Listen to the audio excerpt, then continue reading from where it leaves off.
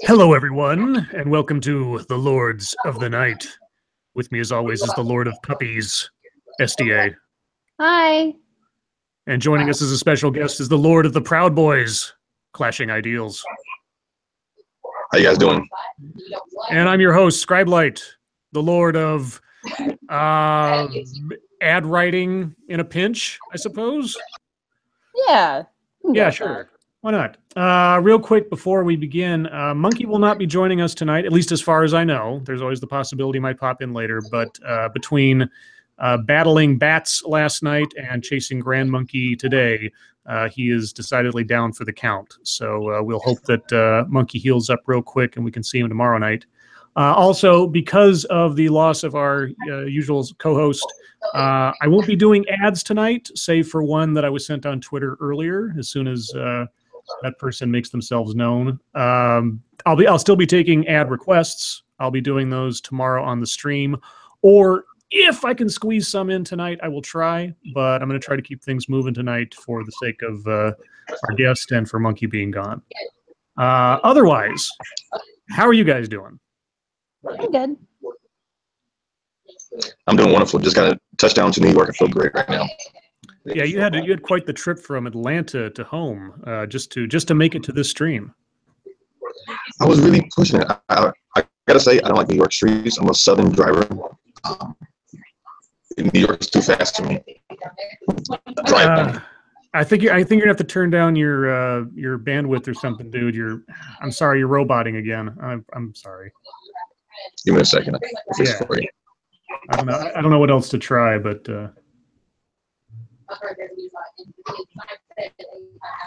bandwidth. They don't want to. Oh, there you go. How's that sound? Yeah, it's the audio's still choppy. I'm sorry. Not quite sure what to do. Yeah. It's wired. Yeah. You're coming through really, really. SDA, are you hearing it too, or is it just me? Yeah, I am. Real quick, we've got a super chat from Haggison Armories. Monkey got rabies, calling it now. Yeah, probably. That bat probably came back in the middle of the night and.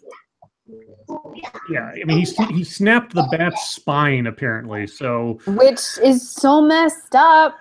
Yeah, that's a little cruel and inhuman, but of course it's not human, so. It's inhumane. Inhumane, yes, that too. Pronounce it correctly. I don't know how to say words. What can I tell you? You should. You're an English major. I know. Clashing, any luck? Let's find out. How does it sound now? It's still choppy. It's still, yeah. I'm so sorry, dude. If there's a different spot in the house or something else, I don't know what else to do on this end. I wish I know. I'm so sorry. No. I'd say this is live. It was TV. actually better when you were where you were before. A little bit, but it was still chopping out. Choppy. Yeah. I don't know, man. If you can find a spot that works, or. Well, how does it sound now? Does it sound better now? No. It's still sad. Yeah, it's all choppy and rough. This is pretty annoying, but I'll go all the way to New York. I still can't use Wi-Fi. Okay. I don't know. Maybe give downstairs one more try, and if it doesn't work out, we might have to reschedule or something. Because it's all right with me. Okay, we'll start the news a little bit, and we'll touch base with you when you reconnect. All right. Thanks, man. Okay, guys. Mining Freedom says Control F5 or reconnect the mic. Clashing sound. Yeah, we'll see. His Wi-Fi is apparently dependent a little bit on what part of the house he's sitting in, so he's going to go back downstairs, and we'll mess around with his options there once he gets there to see, because the sound was decidedly better down there, even though it was still kind of choppy. So we'll see. And if worse comes to worse, we'll reschedule for another night. Yeah. But anyway, until that gets figured out, well, the big news right now is for those of you that might be in the Texas area, hopefully you're currently evacuated from any place that might be under threat by the oncoming hurricane. Have you heard about this, SDA? Yep. Yeah, I don't know if is it anywhere near you, because I don't know what I'm the in extent Georgia. well, I know, but I don't know what the extent of the No, it was the path bright of it. and sunny today. Okay. Let's see. Get a drink in there. Hurricane Harvey. I love these names they go through. Hurricane Harvey. Coastal cities in Texas begin evacuating. As Hurricane Harvey gains strength, residents along the Texas coast aren't taking any chances. They're filling sandbags, stocking up on water, and boarding up windows. In Corpus Christi, while Harvey could make landfall, and where Harvey could make landfall, and Mayor Joe McComb has issued a voluntary evacuation order, Walmart shelves were clearing quickly as the city canceled Friday's dockets in city court and provided self-serve sandbags to residents. Port Aransas on Mustang Island and nearby Portland issued mandatory evacuation orders. Houston, meanwhile, has canceled the first day of school on Monday. Harvey is rapidly strengthening and is forecast to become a Category 3 hurricane with winds of at least 111 miles per hour by the time it hits the middle of Texas. Yeah. It's supposed to hit the middle of Texas late Friday or early Saturday. The Hurricane Center said Thursday. After hitting Corpus Christi, the storm is expected to stall over the state. Oh, boy. Hurricane force winds are a concern as the storm builds strength in the Gulf of Mexico, and a potential deluge and subsequent flooding may be a big danger as well, according to meteorologists. Yeah, so do they have a track on it or what they expect the path to be? To see a satellite photo of it sort of just sitting off in the Gulf, churning up and getting ready to move. Well, anyway, for anybody in Texas or his family in Texas, it's not much to be said. Otherwise, thoughts are with you, and hopefully everybody's safe. Mm-hmm. If you are on the coast, definitely get away from it. Don't try to brave it out or anything like that. Jonathan Malone, thank you so much. Scribe, please scroll up and read what I posted in the chat. Oh, sorry. Before the stream started. Oh, okay. I think it disappeared because it does disappear after a while. I'll go to my control panel real quick and get to it. Sorry about that, Jonathan. Yeah, if you post something in Super Chat before the stream begins, it's always possible it's going to be pushed up past things that were said. Posted in the chat just for this. Oh, you didn't do a Super Chat. You just posted something. Oh, okay. Yeah, it's not. We're not always able to see that. I don't know when that was. Yeah, there's no record of it. And if it, let me see. You might have to repost it, Jonathan. I apologize. There's a lot of chat to have to scroll through. And a quick question: why don't they ever name hurricane something terrifying? For instance, this might be it. In this current situation, instead of Hurricane Harry or Harvey, where if you seem concerned to head to safer areas, why not hit two birds with one stone? Name it Hurricane Hitler. Well, there is actually some evidence that female, like when we name hurricanes a female name, because female names don't sound threatening to people, that they're like, oh, okay. Mm-hmm. And we should probably it's like a psychological thing, but we should probably name them something, scary all the time, like Hurricane Helga or some shit like that. Well, as far as I know, every year they come up with a list of names that just go alphabetically. And yeah, no, that's true. Yeah, the next hurricane will be like Ivan or Irene or something, and so on, or the next tropical depression or whatever it goes. Where's Monkey, says Weebo Jones. So again, guys, between Monkey really overextended himself last night chasing down that bat, and then of course today with Lady Monkey gone, he had to care for Grand Monkey and chase her around, and as a consequence, he is a wreck as far as he told us, and so he'll be out tonight. Hopefully, fingers crossed, he'll be back tomorrow and feeling better, but for tonight it's just me and SDA, and hopefully our guest Clashing Ideals, if his audio can be fixed, because it was getting pretty rough there. So we're waiting for him to get reconnected, and we'll do a proper introduction of him when he gets back. Yeah. In the meantime, Louis Jeniski says Hurricane Rosie O'Donnell. Har har har. Yeah, that would be a good one. I agree. Let's see. Well, let's see. That was the hurricane. I'm gonna save the story about Amy Schumer for hopefully when Clashing gets back, because he did a video on that today, and I wanted to get his input on that. Falcon Millennial, thank you. Ivan the Terrible. Yes, Ivan the Terrible seems to be the vote for the next tropical depression into hurricane, if possible. I see some questions asking me about movies and stuff. Guys, the last half hour of the show, we'll get to questions from chat, and I can address those more directly. But for now, we're still on the schnews. So this is kind of a funny one in the sense that, so I don't have any like other serious news because thankfully nothing horrible happened today. Well, it's not my night, so. It's true. It's not your night. There was. I will say there was a standoff and a shooting down in North Carolina. Hostage was taken at some place of work. One person was shot and killed. The person who was the hostage taker, I believe, was shot and wounded. But aside from that, it doesn't seem to be terrorist related, as though that's some like silver lining these days. But I guess it is in a way. Jonathan Malone, thank you. Names that would be fear-inducing: Hitler, Stalin, Mussolini, Ivan, etc. Yes, probably so. Yeah, if we start, the Weather Service should start selling off naming rights. Like football stadiums. Oh yeah, okay. Yeah, so like, you name the next storm. Like have storm or hurricane Dwayne the Rock Johnson, or this hurricane brought to you by Progressive Insurance. No, like if it was Dwayne the Rock, everybody would just want to hug it. If it was, probably. Rock. Oh yeah, Hurricane Weibo Jones. Yes, there you go. Hurricane Weibo Jones would be fear-inducing. Sure. That doesn't scare me at all. Yeah, not really. Sorry, Weibo. I mean, I suppose you could be intimidating to like submissive men or something, but let's see. What do we have? We still haven't heard back from Clashing yet. Okay. Well, in the meantime, so this is kind of a weird article I got off of IO9. The headline kind of caught my attention.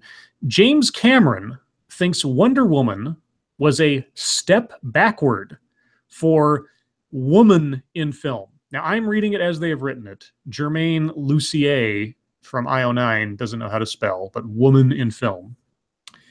Not women in film, woman in film. Now, since SDA's seen this movie, this is actually a movie SDA's seen. I figured it was. I don't like this movie. Well, I know, but at least you've seen it, so you can comment on it. That's okay. Yeah, no, that's fine. It's a movie-related thing that actually you're informed on. No. I know. Right? I've seen recent movies. I just haven't seen all the '80s movies. Well, okay, I understand, but like I said, this is one that counts. And if you keep an eye on the chat window for me, because I got 3 things open at once here in case somebody. Yeah. Okay, so here we go. This is the blog writer speaking. Oh wow, does James Cameron have a hot take on Wonder Woman? Uh-oh. Sorry. Quote, all of the self-congratulatory back-patting Hollywood's been doing over Wonder Woman has been so misguided, Cameron said in a new interview with The Guardian. Quote, she's an objectified icon and it's just male Hollywood doing the same old thing, unquote. The self-congratulatory back-patting Cameron is referring to is the fact that Wonder Woman, considered a risky endeavor for many years because the hero is a woman, ended up being the highest-grossing movie of the summer. Many see it as a shift of the tides when it comes to gender in Hollywood. Quote, I'm not saying I didn't like the movie, but to me, it's a step backwards, he continued. And if you're unsure why Cameron said that, he then explained. Quote, Sarah Connor, who was the heroine from the Terminator series, Sarah Connor was not a beauty icon, the director said, who created Connor among other female leads. She was strong, she was troubled, she was a terrible mother, and she earned the respect of the audience through pure grit. And to me, the benefit of characters like Sarah is so obvious. I mean, half the audience is female, unquote. Basically, Cameron is saying that because he feels Gal Gadot is prettier than Linda Hamilton, and because Wonder Woman is a superhero instead of a real person, Wonder Woman is somehow less impactful because regular women can't relate to her as much. That seems incredibly misguided and sexist. Okay, how often have we heard complaints about, models or celebrities or whatever else projecting an unrealistic body image? So now that, yeah. I don't give a shit. Yeah, I don't guess. Like, okay, here's the thing. I thought she was a crappy character because I found her to be fairly boring. And I found the movie to be kind of boring, and I didn't like the interactions. I mean, I didn't like that the first man she ever met, she wanted to bone. I thought that was stupid. But like, I just don't care. I don't see movies with women in them as like a statement about women. I just don't think that way. Like, for example, in my history class, my professor, because we were reading the Epic of Gilgamesh, and like a priestess does a thing, and he's like, and he said, so, you know, the women in here, do you feel like they're just using women as like a motherly figure? And he asked me specifically because he likes to go around the room, and I was like, I just don't think of things like that. It doesn't occur to me that because a female character does something in a thing that's representative of women. I just don't think that way. So I think this is stupid. Well, like I said, the contrast between the usual arguments of unrealistic body images and everything else, whereas Cameron's arguing that a more realistic woman is a better character slash. I mean, Sarah Connor, for those of you that have seen Terminator 1 and Terminator 2. She's not ugly. Well, okay, well, no, she's not ugly. But the other thing, too, is that Sarah Connor is a strong character. It has nothing to do with her being female. It has everything to do with the characterization and the development of the character between two movies, Terminator 2 being an honest-to-God classic at this stage of the game. Now, I get what Cameron's saying in a sense if he is some super-duper... I mean, he's making the same argument, effectively, as those people who were protesting the Protein World ads that showed the beach body ready ladies. You know, he's saying that, well, you presenting a female character that is a superhero and is a runway model is not the same strength of a female character as one that is more realistic and down to earth. Now, but like that's true of all of the DC characters. We've talked about this at length. The DC characters are just all like that. Well, sure. I mean, we are talking about apples and oranges here between a sort of semi-grounded, and I mean semi-grounded sci-fi franchise versus a superhero movie. Right. Like that's the other thing. And like it's Wonder Woman. She's literally an Amazon. And like, you know, but Superman's the same. He's this unrelatable buff beefcake from outer space. Like it's not as though this is not an archetype for DC. Yeah. But it also sounds like a little bit of professional jealousy because he's like, hey, I did a strong female character and then they're making this one out to be some, you know, watershed event. And on that one, I don't disagree either because it's not as though we haven't had female-led movies with strong characters, Aliens, Terminator, etc. It's just like, okay, this has happened before. Yeah, I think he could have used I think he could have just made that argument by just saying, like, do you understand how many women have been at the forefront of all sorts of movies for years? This is kind of silly. Mm-hmm. I would agree with that wholeheartedly. And you could do that without even being like, I did it first. You could just be like, look at all these other characters that were female that had, you know, that were a big deal in the sci-fi world. Mm-hmm. You know, long before Wonder Woman came around. I think you can make that point without being salty. Yeah, but anyway, I wanted to bring that one up because at least, like I said, it was a movie that I could talk to SDA about a little bit, and it also kind of related back to the whole Lily Mead thing about diversity in writing and all that gobbledygook. But I don't know what happened to Clashing. Hopefully he comes back soon, and when he does, I'm going to set aside mucho minutes to have him tell us about himself and all that other fun stuff. Or at worst, we will definitely make sure to have him on in the near future, if not in the next couple of nights, if we can swing it, if we can't get him back on tonight. So another thing that was, I caught this myself. A couple of people tweeted it at me. So it's half an MSS news story, but I thought I'd bring it up anyway. Stanford students start a Disrupting Whiteness Club.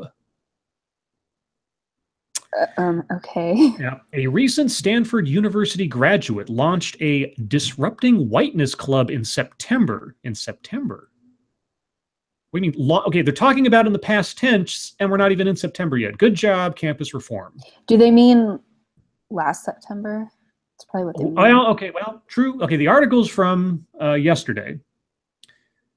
Maybe. Well, let's find out.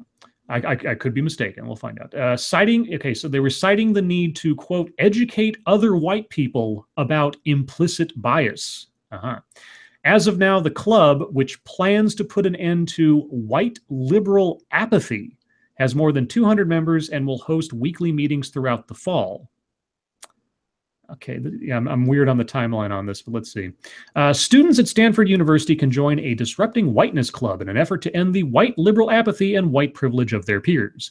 The club, formerly known as Disrupting Whiteness, Stanford University, okay, was founded under the leadership of recent graduate Michaela Suminsky, or maybe it's Michaela Suminsky, as a way to, quote, get more students to learn about, discuss, and educate others about whiteness. Yes, preach the gospel of whiteness. Wait a second, that sounds bad.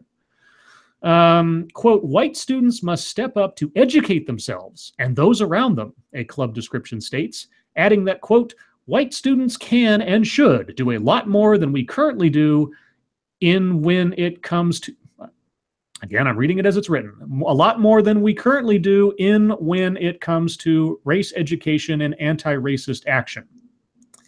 Anti-racist action by focusing on a particular skin color?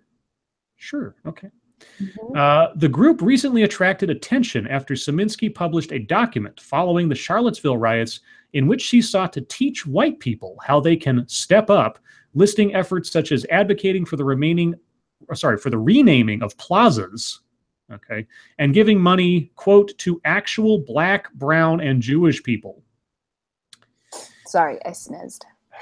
Yeah, just give money to people. That will solve things. I had a similar argument earlier today. Well, not argument, I guess, but I'll get to that in a minute. It was an interesting little exchange. Wait, what?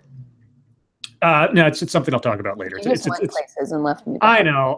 My mind went another place. It had to do with a Twitter thing from earlier this morning. I will get to it. I will get to it. You get into a Twitter spat? You're usually so tame on Twitter. No, it's not a spat. It was just. It's just that I had a decided disagreement with the very first person who ever followed me on Twitter. You need to like get into some Twitter stuff, because well, this might be my start. Who knows? Ooh. Okay, so Suminsky explained to Campus Reform that she launched the group because she wanted to create a place where, quote, white people could learn more about how white supremacy operates, educate other white people, and act productively to dismantle it.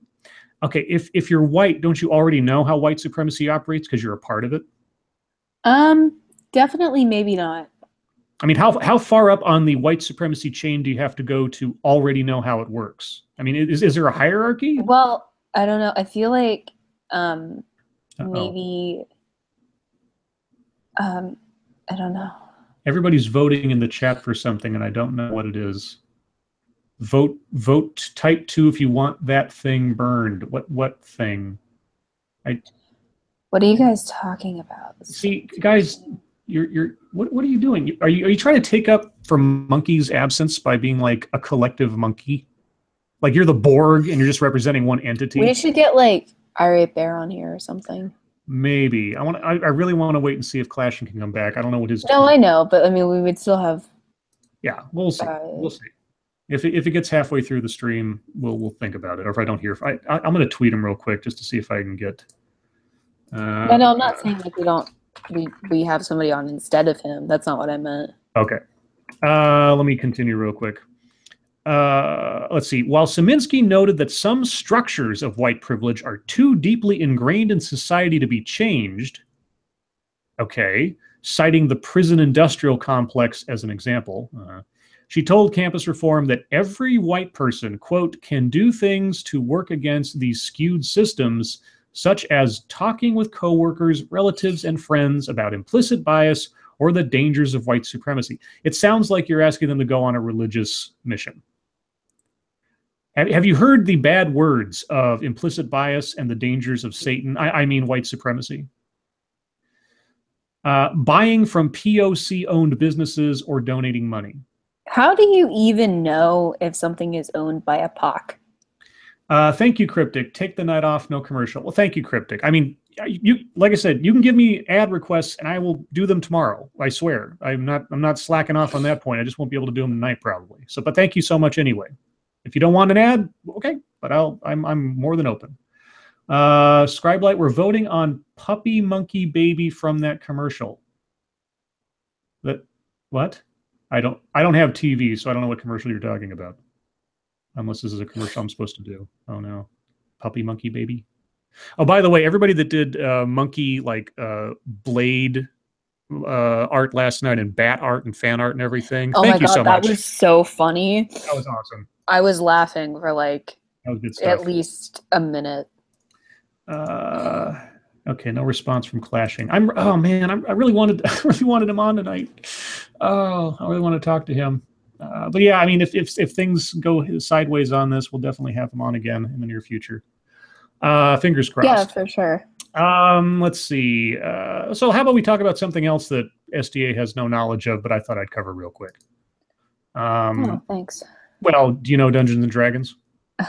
No, and that's not going to change. Yeah, I know. But I just wanted to read this bit real quick because I know there's several people in the chat who have some knowledge of this stuff. And oh boy. So headline is, and this is from Kotaku of all places, Dungeons and Dragons promises to make its adventures more queer.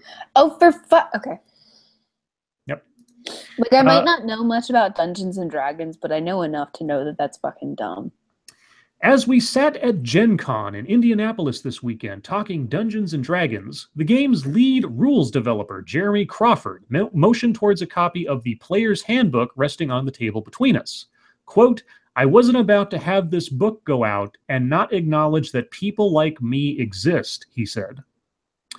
Now, this blog does warn that there are some spoilers in here for a couple of the campaign modules that are about to happen. So I'll give this warning if you don't want any spoilers for D&D scenarios. I don't even know that I didn't even know that like you could get spoilers for them. Well, you can because if you're the game master running or the dungeon master running the game. Oh, we got a super shit. Okay. Thank you, Cryptic. Oh, shit. Yeah, hold on. Let me get it. As soon as it catches up with me because... no, it was the Cryptic one. Oh, the Cryptic one from before. Okay. I thought I missed it. I'm sorry. Okay. Yeah, so if you're worried about spoilers, turn off your thing or just jump about 3 minutes ahead. I won't take too long with this. In the Dungeons and Dragons adventure Storm King's Thunder, which Crawford helped publish in 2016, 3 enormous rocks have crushed the Ostra family's farm in the abandoned village of Nightstone, spurring them to flee the town. And because this is D&D, the Ostra family and their neighbors were quickly captured by goblins and dragged into a cave. If players choose to rescue Nightstone's villagers, they'll meet the 52-year-old wheat farmer Thelbin Ostra and his husband Bryn and Bryn's adopted nephew Broland. Quote, that was a nod specifically to our household, Crawford said of himself, his husband, and his nephew, who lived with them in 2016 when Storm King's Thunder was in development. All of the 2 men are older than my husband and I are, he added, laughing. Seated outside a D&D app demonstration and a busy Starbucks at this annual gathering of D&D heads, tabletop fanatics, and grown adults wearing capes, Crawford told me that publisher Wizards of the Coast is making D&D more gay, and why that's a great thing. Although the original game was created by 2 men who were, at one point, conservative Christians, why does that matter? The current team behind D&D is, 40 years later, making an effort to accommodate everyone's escapist fantasies, not just those of its earliest fans. Well, here's the thing. Here's the thing, guys. You can take any scenario and change it. You don't have to do what the book says. The golden rule of running a game is you make your own rules as long as it's fair and as long as people are having fun. So, just because you write that Bryn is a man does not mean that the next GM can't say Bryn is a woman. And it doesn't matter. It's all made up. I mean, hell, yeah. I'll just say as a storyteller or game master, however you want to play it, 9 times out of 10, I will take pieces of published stories and make my own story out of them because I almost never follow a written module because it always feels too constricting. When I'm trying to run a game for people or tell a story, because first and foremost, the players might have read that supplement themselves and already know all the secrets.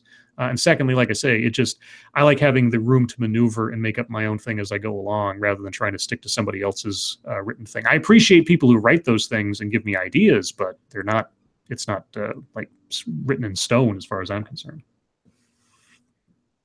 But that's just me. You know. Okay. I don't have anything to add. I think you would enjoy role-playing games if you were like the storyteller, because you like telling stories, but the dynamic of having to react to other people's actions and then continue the story on based on that kind of stuff, I think you probably enjoy that dynamic. I just think so. Just a thought. Okay. Okay. Okay. Okay. Okay. Okay. Okay. Okay. Okay. Got a message from Clashing. My laptop is busted. Oh no. The speed is fine. The speed. Okay, my laptop is gone. Oh no. I'm sorry. Well, that's not fun. Yeah. Shit. Maybe that's what was causing all the yuck. Okay. Well, Clashing Ideals, if you're listening to this right now, you're listening to in the future, certainly going to have you on as soon as we can. I hope you get your computer stuff fixed up. I know that sucks. And I feel so bad. He told me before the stream started, he had driven from Atlanta back to New York. And he chose to drive. I mean, he had to make the drive anyway, I think, but he chose to make the trip when he did specifically to be able to make himself available for this stream. And I feel really bad now. Well, I hope we can have him on and make it up to him. Yeah, we'll try to have him on as soon as possible. I'm sorry, guys. But I mean, the reason I was going to, I won't speak for him or anything, but the reason I was going to have him on, out of the blue, about a week ago, 2 weeks ago, he tweeted out and said, he liked my stuff and he's giving me a shout out on his channel. And I was like, oh, okay. I honestly hadn't heard of him till that point. And I went and watched his videos, and I really liked his videos. He does some really good commentaries on things and breakdowns of stuff. The link to his channel's in the description. If you haven't heard of him already or haven't seen his stuff, when you get a chance, please take a look. And if you like his stuff, subscribe. And his Twitter is down there too if you want to give him a shout out. But yeah, as soon as we can get that squared away or he's able to stream again, we'll have him on. So yeah, absolutely. Okay. Well, do we want to try to get like Irate Bear on or anything? Oh God, are we having like Jerry Lewis died. Are we going to have like a telethon for Downs with him on here? That was a joke. You need to be nice. I know. Okay, I don't know. Irate Bear, do you want to come on, Bear? He's in the chat. I'm gonna send. I know he's in the chat, but I don't know what the time is there. I don't know if he's like 10 minutes away from going to bed or if it's like 2 a.m. there or whatever. I don't know what. It's like, isn't it like 8 hours ahead? Even if you're 10 minutes away from going to bed, don't go to bed and come on the stream. It's that simple. Bear, let me know in the chat Mother if you want to effer. come on. If you want to come on for a minute or 5 or whatever, I'll send you the link. It. You demand it? Okay. Yeah. Well, whose channel is it again? Mine. Huh? That's not yours. Irate Prostate says he's gone. Oh, No, well he's then. still in chat. Well, I don't know. Did he say goodbye? I haven't seen him. No, I didn't see it. Okay. Well, gosh, we're paying attention real hard here tonight, aren't we, guys? Sorry. All right. Okay. Well, let's. Our beer's in here anymore, I guess. Okay. It's 12:30. It's 2:30 a.m. there. Yeah. Well, if he. That's not the point. You know what? Throwing a fit won't help anything. Well, I mean, you're a girl. Maybe it will. I don't know. I'm not throwing.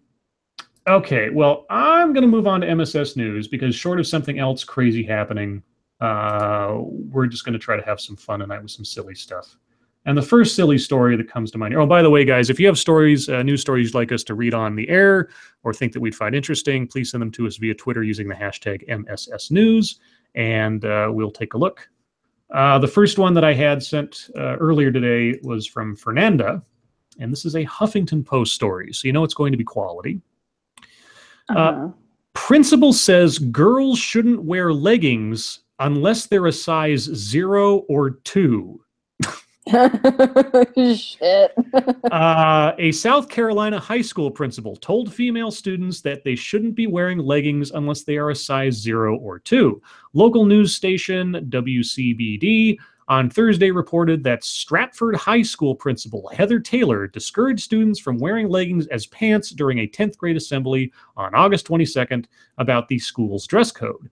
Quote, "I've told you this before, I'm going to tell you this now. Unless you're a size 0 or a 2 and you wear something like that, even though you're not fat, you look fat."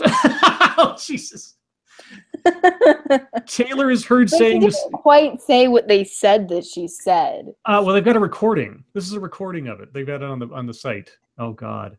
The school's dress code states that, quote, "leggings, tights, yoga pants, and spandex must be worn under clothing that cover to mid-thigh." Yeah, that's pretty standard, though. Yeah, but it does not specify that young women can or should wear leggings as pants if they are a size 0 or 2. Many parents and students were upset by Taylor's comments. Stratford High sophomore Allison Veazey told WCB that Taylor's comments were hurtful and make her more self-conscious about her body. The operative word in self-conscious is self, by the way.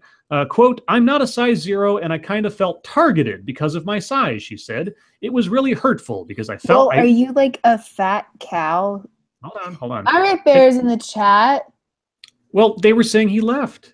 Yeah, well, they were lying to you. I told you he was still there. Bear, do you want to come on for a few minutes or something? I'm told it's 2 a.m. there, so I don't know. I don't care that it's 2 a.m. Well, for God's sakes, I'm in the link. Is it still Brown Bear Int, or did you change your? Gosh, you don't talk to him on a regular basis. I do. Yeah, no, God forbid. No, I don't. There he is. Are you breaking up or am I breaking up?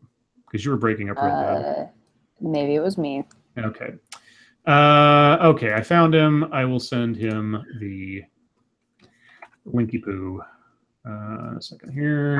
Let me get to the link thing and the stuff and the thing, and I copy and I paste and I zap. There we go. Okay, there you go, Bear. If you want to come on. Okay, so I just want to read this statement by the student again, because I want you to count how many times something to the effect of feelings or internal pain or some other emotions that are self-generated are mentioned. "I'm not a size 0, and I kind of felt targeted because of my size," she said. "It was really hurtful because I felt like my size made me look, disgusting towards someone in the clothes that I wear." Maybe it does. Some Facebook users discussed the news on the school's Facebook page. Quote, "As a teen and an adult who struggled with anorexia, this isn't true and this isn't okay," one Facebook user wrote. "You're beautiful and you're worthy as a 0 and a 2 and a 20. Probably not. Yeah. Beautiful, yeah. Worthy of what? Worthy of leggings? I don't know. In response to the backlash, Taylor released a statement to Stratford High students and parents apologizing for her behavior. In it, Taylor says she met with multiple classes to address the comments she made in the 10th grade assembly. Quote, "My intention was not to hurt or offend any of my students in any way," Taylor wrote in the statement provided to HuffPost by Stratford High. "I assured them all that I am one of their biggest fans and invested in their success. After speaking with our students and receiving their support, I am confident that together we are ready to move forward and have a wonderful year. Blah, blah, blah, blah, blah, blah. I'm really trying to cover my ass and failing badly." Yeah, I mean, it was a stupid comment to make, given that it is kind of insulting, but at the same time, it's hilarious. Wasn't the wisest thing, especially if she's the principal. She should know better. Well, it's also like it's pretty normal for dress codes to be like, don't wear leggings as pants. Yeah, but that wasn't the issue at hand. It's like, don't wear leggings as pants because it makes you look fat. But she could have just said it that way. Yeah. I mean, I don't want to tell you that your legs look like wrapped up ham hocks, but they kind of do. Let's see. Did I miss anything in the chatty chat? Doesn't look like it. Okay. Bear rejected us. Apparently so. Oh, clashing. I'm clear it now and about to toss it. I'll do your show again. Hold on a second.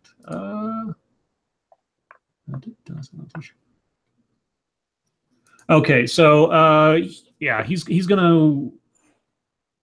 So he's got a home studio. He's going to do it another day. Okay, we'll have clashing on another day. And thanks for coming out and making the effort, clashing. I really appreciate it. We will definitely have you on soon as things line up. Just let me know. Keep me updated on things, and we'll see. Bear, why are you still in the chat? I sent you the link. No, he said he can't come on. Oh, he can't come on. Oh, well, geez. Well, He said I want SDA to read me the bell curve at the side of my bed. Oh, he wants a story to be read to him.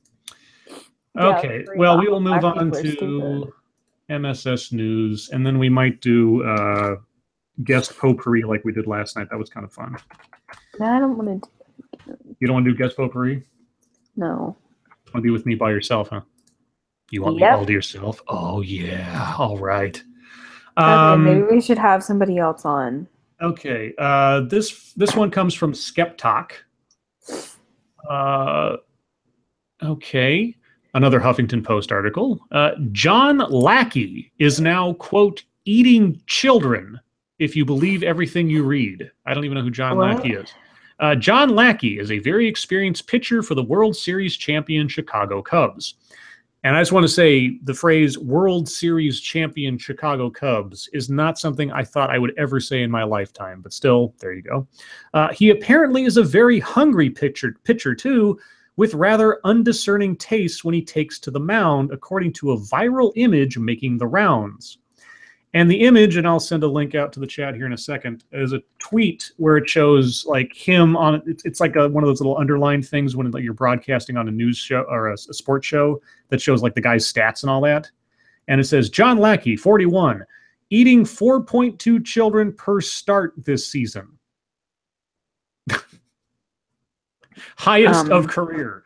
HuffPost editors say that the screenshot of the graphics goof, purportedly from a TV broadcast of Tuesday's Reds-Cubs game, looks fake, you think? And with good reason, some folks have been having fun with the John Lackey Facts hashtag, writing outrageous and untrue info bits about the pitcher.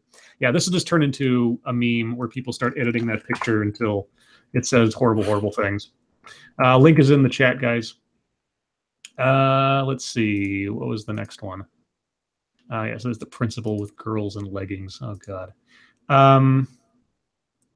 Okay. This one comes from Pincalo the driver. I can't tell if it's Eric the driver's got like 3 different accounts or there's actually 2 or 3 different people named Pincalo. Not much of a story here, I guess. Oh, Sir Cizero. Sorry, I'm a little late, Scribe. Happy pills. Right. Okay, so just for everybody's edification, Circus Zero, what the fuck is wrong with me? Circus Zero tweeted me his ad request earlier in the day, so I had time to write it beforehand. Thank you so much, Circus Zero. And here we go. Friends, do you feel powerless against the daily anxieties of life? Do you have urges to do horrible things to people who complicate your world, but you're too aware of those pesky legal consequences for doing so? Okay. You know what you need? The absence of responsibility. Circus Zero Corporation brings you Jekyll Hyde Happy Pills. With our patented physio-psycho formula, you just take 2 pills and, by the time you wake up, your unrecognizable alter ego will have done everything you wished you could, then escaping back into the recesses of your mind and leaving you safe and blameless. So put away that Antifa mask and anonymously cure what ails you the scientific way. Jekyll Hyde Happy Pills. There you go. So hope you enjoyed that, Circus. And yeah, guys, like I said, with Monkey out tonight, I'll be taking ad requests. I'll be doing them tomorrow, but I will take them tonight if you have any. So the story that came from Pincalo the driver, a teen dancing the Macarena is arrested in Saudi Arabia. Oh my goodness, that sucks. Police in Saudi Arabia arrested and later released a 14-year-old boy who was filmed dancing to the 90s hit song Macarena at an intersection in the Red Sea of Jeddah, according to local media reports. The 45-second video, which went viral on social media in the kingdom, shows the boy wearing headphones, sweatshorts, a striped shirt, and neon Crocs. He sways his hips and arms to the Los Del Rio song and appears to be smiling and giggling throughout the dance. God forbid someone enjoy dancing in Saudi Arabia. And Pincalo says, nobody puts Ahmed in the corner. Oh, yeah. You wouldn't call that... I guess that's Saudi Arabia's version of dirty dancing. Oh, Lord. I guess so. Oh, that's just sad. It's a sad society where you can't dance without being afraid of being arrested. Oh boy, here's another one from Pincalo the Driver. We're on fat shaming today, or weight shaming, I suppose. Toronto orchestra vocalists outraged by fat shaming email from management. And there's a picture to go along with this, but I'll send it out in a second. Performers who have worked with a Toronto orchestra are speaking out after they received a shocking email asking vocalists who are not, quote, physically fit and slim to refrain from wearing tight-fitting dresses. The email signed by Sheridan Cadwell Orchestra Management says, quote, although almost all of our vocalists are fit and slim, the way our boutique orchestras would like our frontline artists to be, two of our featured singers were not. Sydney Dunitz said she had to read the email several times because she couldn't believe what she was reading. It came as a shock. It rather drew the blood from my face the first time I read it, said Dunitz, who immediately got in touch with other vocalists and found their reaction was mirroring hers. The email, which was sent on Monday, reads, your image is our image. If you look good, we do too. It goes on to say the management hopes these singers would opt for less physically accentuating dresses instead, and that in the future only singers who know how to dress strategically and don't bring attention to their dietary indulgences would be showcased. Jesus Christ. Somehow I think a very old and cranky person wrote this. I'll send the link out. Yeah, there's a picture of, at least I assume, this is... Okay, yeah, she was one of the singers, I guess, who felt targeted by this. Yeah, her dress shows a little tummy, let's say. But, well, whatever.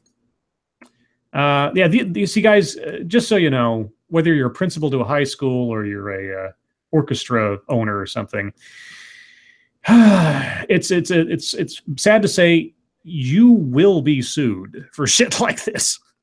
And depending on the laws of the land where you are, they may have a case. So just saying. Okay. What else do we have? Oh, that's a cute little piggy. Do you like cute little piglets? Why? Well, there's a picture of a cute little piglet. What are you going to do to it? Well, it says piglets saved from a blaze are served up to the firefighters who rescued them. What? Seriously? What? Okay, no. Hold on. No. Okay, this is from the Huffington Post. This is the headline. Piglets saved from a blaze are served up to the firefighters who rescued them. Quote, I'm sure vegetarians will hate this. A farmer in southern England has thanked the firefighters who saved her piglets from a blazing barn in a most apt way. Rachel Rivers this week treated crew members at Pusey Fire Station to a batch of sausages which were made from the very animals they had rescued from the fire at her farm. Oh my God. I wanted to thank them, Rivers told the BBC. I promised them at the time I'd bring down some sausages for them, which they were all pleased about. I gotta say, I'm not some PETA activist or something, but that's pretty fucking twisted. Jesus. That is so much. Will you send me that tweet? Yeah, so... I know it's an MSS News, but I'm not staring at it. Yeah, it's okay. I'll send you... That is messed up. I'm upset. Okay, I'm putting it into the chat right now for everybody if they want to take a look.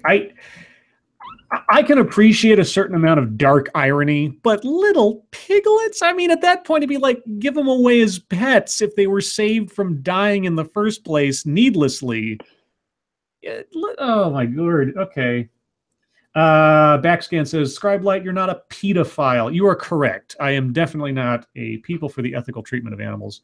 Or, as I was told in high school, it stood for people eat tasty animals, was the PETA I was learned with. Okay. Oh, no. Okay, well, this one, boy, Skeptalk and the driver, whether it's Eric or Pincalo. Skeptalk and the driver are our two news story stars for the night because they're just all over the place. So this one comes from Skeptalk. 800-year-old coffin breaks after some genius tries to put a kid inside it. What? An 800-year-old coffin smashed to the floor of a UK museum last week after someone reportedly tried to put a child inside it for a photo.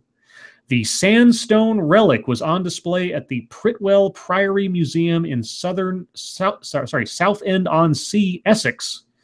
British people have weird names for towns.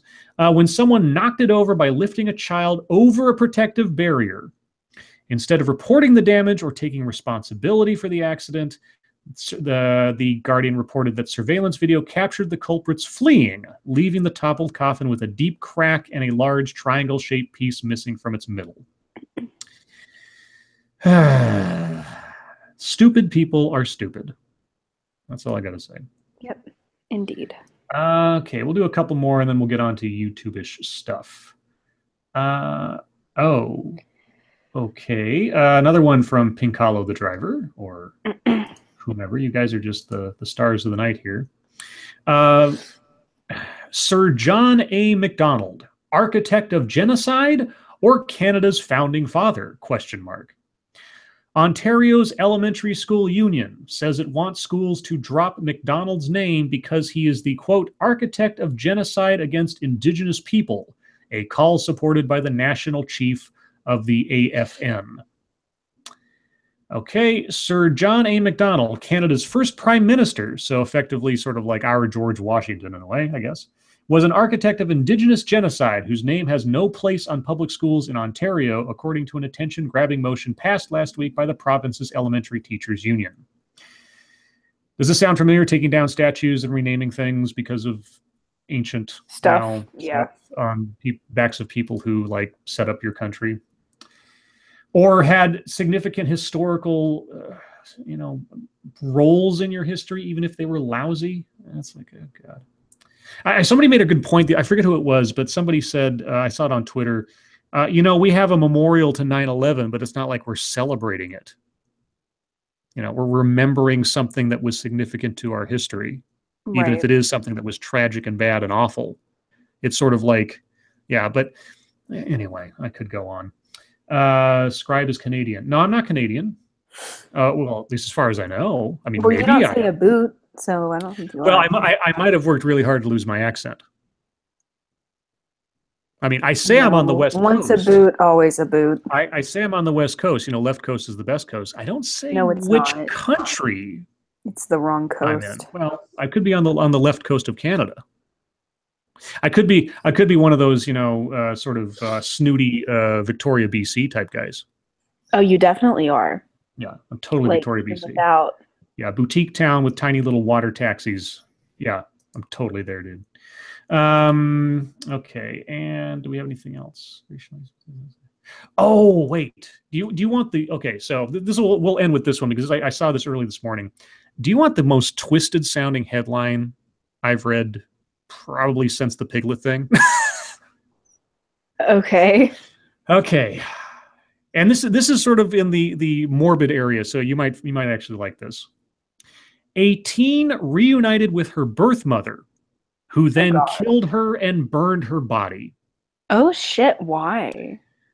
In an affidavit that reads like Gothic fiction, investigators describe how a teen reunited with her birth mother last year on an isolated farm in Missouri, only to be tortured there, forced to crawl through hog pens and have salt rubbed in her wounds, and then finally murdered last month and burned in a fire pit by her mother. Jesus Christ. Rebecca, it's either Rudd or Rude, R-U-U-D, 39, was arrested Monday by Ozark County Sheriff's deputies and charged, among other crimes, with the first-degree murder of Savannah Leckie, whom she had given up for adoption at birth 16 years before. The baby had been taken in by a husband and wife in Minnesota, according to sheriff's documents, and raised there nearly all her life.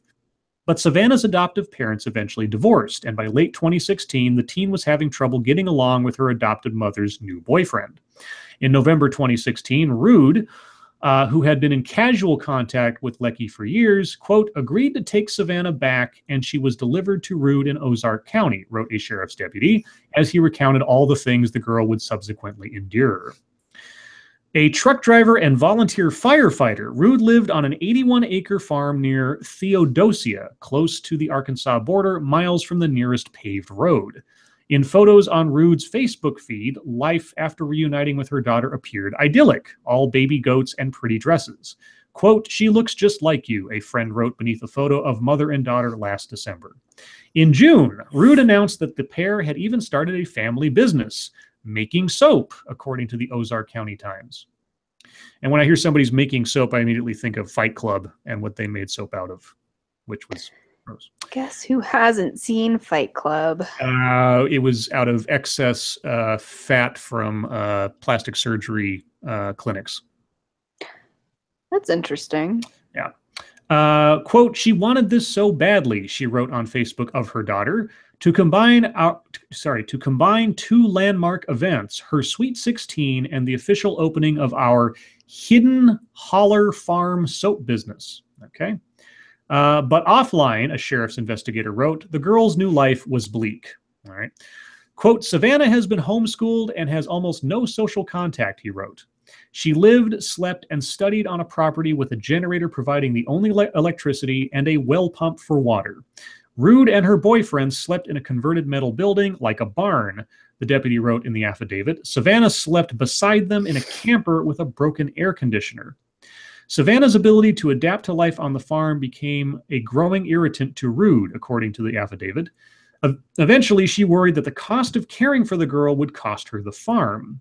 Quote, it's to the point that I either need to help to care for her. I need more help to care for her, or I can do nothing with her, Rude allegedly wrote to Savannah's adoptive mother in late June, a few weeks before the girl disappeared. On July 18th, Rude reported a fire burning at the top of a hill on her property. Less than an acre of brush had burned, and firefighters put it out. But when they returned to the family's makeshift living quarters and asked for water, Rude refused, according to the affidavit. She said Savannah got a small burn in the fire and was laying down and couldn't be disturbed. Rude wouldn't let anyone close to the girl's camper, the firefighters reported. 2 days later, Rude called the sheriff's office. Her daughter had disappeared overnight, she reported. Her favorite pillow, blanket, and coloring kit were missing. I think she's a runaway, Rude said, according to the affidavit. Savannah is blaming herself for the fire.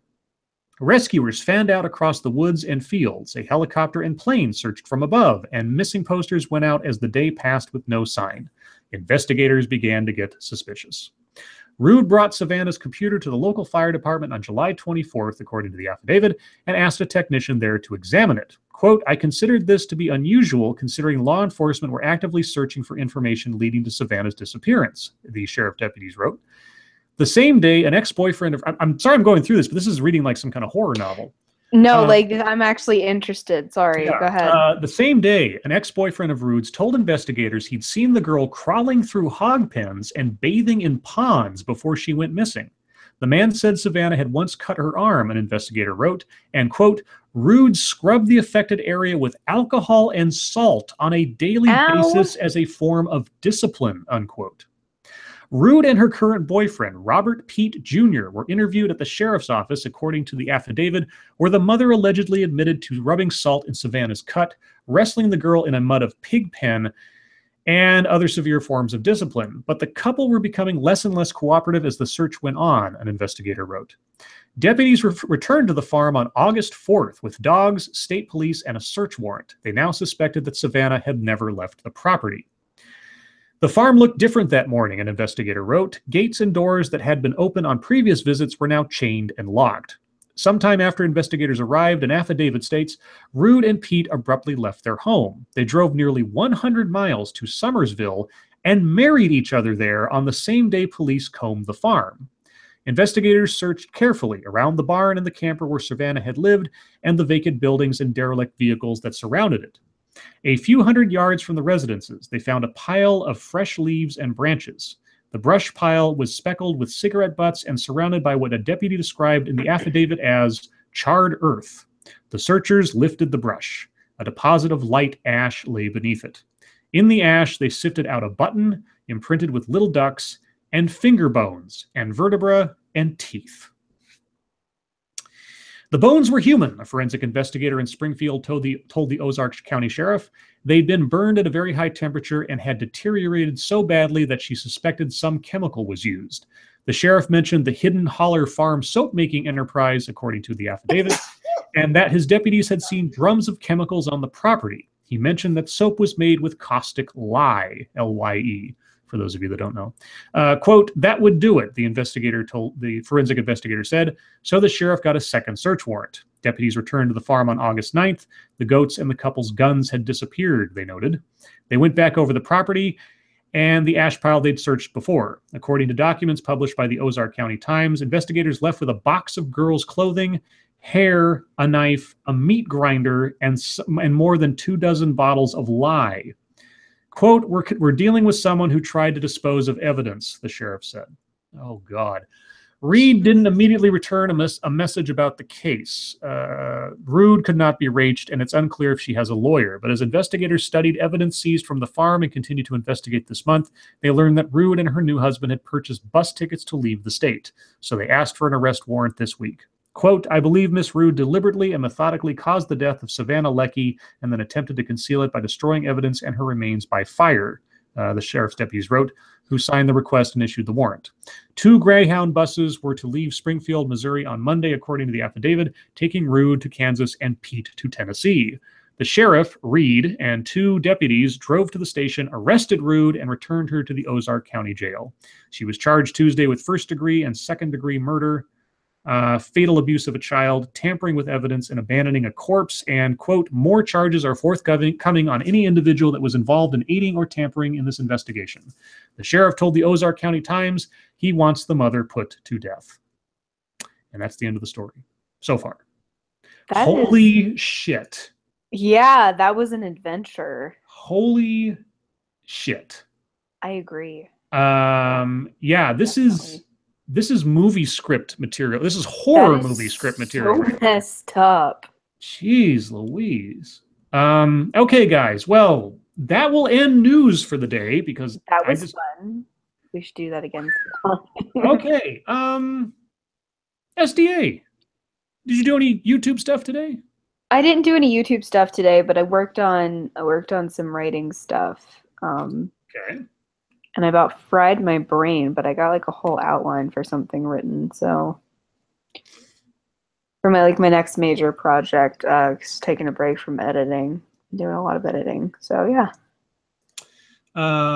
Let's see. I didn't do any YouTube stuff today. I've like I've said in the last couple of days, I've been in kind of a creative meh. I've looked around a lot for something to work on. Like, I mean, it's one of those things where I don't want to put out a video just to put out a video. You know, I just don't want just put fluff out or something. Either something catches my brain and I have something to say about it, or I don't. Is kind of the thing. And yeah, I've watched a whole bunch of stuff. I watched. They want a link to that story. Oh, I'm sorry about that. Let me get that here just a second. Right, where'd it go? It was here. Okay. Let me. And just as a warning, this is from the Washington Post. So if you've looked at too many of their stories this month, they will put you behind a paywall. I recommend you use a private window on if you have a browser that does that kind of thing. Weebo Jones says, Scribe, did you hear they cast Starfire for the live-action Teen Titans? I did read something about that. I didn't see who it was they cast. Now, as far as like other stuff, so yeah, I'm looking for something to do a video on. Nothing's jumped out at me to the point where I'd do it yet, so I'm still looking at that. However, I wanted to bring up something.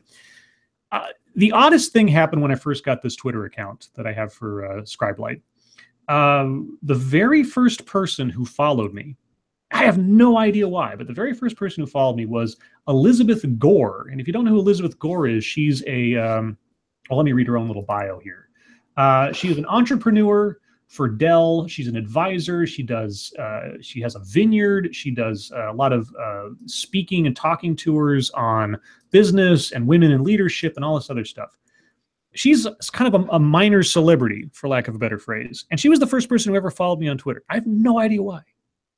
And like that, like they'll spam follow people. It could be. It could be. But she was the very first one, and I found it really odd. But anyway, I followed her back, and I've watched stuff, and I've never really tweeted her or said anything on her posts or whatever. But today she posted an article that she co-wrote on a site called Hello Alice, or Alice. It's like one of those blogs for women, I suppose. I won't read the article per se, but the headline is what? You won't read it per se. Okay. Well, I'm going to read the headline and give you a summary. Okay. Because there's not much, it's not a very long article, but it's not worth talking about. Just okay. So the headline is, "How do we stop sexism in venture capital? Carolyn Rods and Elizabeth Gore say, throw money at it." Okay. What? Now their solution to stop sexism in venture capital is to just throw money at it. And so to explain slightly, the idea is that they go over some of the recent stories out of Silicon Valley where there's been a lot of allegations of sexual harassment or sexism in the workplace and that kind of thing by guys like the head of Uber and stuff like that. But their recommendation is that the venture capitalist firms, and for those of you that don't know what venture capitalism is, in very simplistic terms, these are organizations and companies that make the business of investing in other companies in order to gain a profit from their success and growth. That's the sort of the simplistic version. So Elizabeth Gore says venture capital can end sexism by investing in female-owned companies. Okay. Now, I tweeted out, and I haven't gotten a reply yet, I don't expect one, but I tweeted out the question, and as far as I know, I'm the only one who's responded to this article. I say, quote, "So the solution to sexism in venture capital is to fund companies on the basis of the gender of their leadership, question mark." Now, maybe I'm off base. It seems a little counterproductive to say, oh, well, fund a company on the basis of the fact that a woman is the president of it or something, because that's not sexism, and that won't make anyone think that maybe they just got funded purely on the basis of the sex of their leader and not necessarily the merit of the company. It's the same issue as having quotas for people in your job placement or things like that. Yeah. And it just struck me as so instantly cognitively dissonant. But yeah, I don't expect an answer. But anyway, Mining Freedom says, fund a company on the basis of its potential. Well, that is the idea. I mean, venture capital firms don't invest in things they don't think are going to bring them back a return in profit. It's sort of like it's not the point. Right. I mean, now if you find a woman who happens to be very impressive and it looks like she's got a great business plan and business model and everything else, it doesn't matter what's between her legs. The business plan, business model, and the skill and enthusiasm of the leader, male or female, should be the deciding factor. Not, and if you make it what's between their legs, who's being sexist? So anyway, I just found it really, completely contradictory to what they were saying. So did she respond to you? Did you have a spat, or is that it? No, I see. That's the thing. I thought I was going to enter into my first Twitter war, or that she would block me. But no, she hasn't responded. She hasn't blocked. Nothing. And nobody's. But she did. Here's the thing, though. She did like my tweet, which is weird. Weird. That's just weird. Like the tweet. She didn't respond to it. Anyway. We need to get Scribe into a Twitter war. Okay, have you seen this fan art that was sent to us or something? Probably not. Baby dog spider monkey. No, you guys know that if you tag me in something, I probably won't look at it. Oh, they didn't tag you in it. They tagged me here. I'll retweet it real quick. So I don't know what this is. Is this something I should? What the heck is that? That is an abomination, is what that is. I don't know what that is. Is that? Okay. Somebody sent me a link. Like I need to look at an ad or something. I missed it, obviously. Okay. Well, anyway, I don't know what the pug spider monkey baby rattle thing, but Rotten Corpse says Scribe could her original tweet have been sarcastic? No. She co-wrote the article that says this is the recommendation to venture capitalist firms to throw money specifically at female-led companies. So far as I know, it is not a satire or a Poe or something, because this is what Elizabeth Gore, as far as I can tell, this is what she does as part of her living, is giving speeches and advising companies on female empowerment and stuff like that. So I could be completely wrong. It's possible. But when I read the article, I didn't see anything in there that was meant to be ironic or anything like that. Deep topic. Do we have a deep topic? No, I don't have a deep topic. You know I don't have a deep topic. Do you want, you know what? I'm going to do guest potpourri for just a couple of minutes. So what? You don't want to do that? Not really. Why not?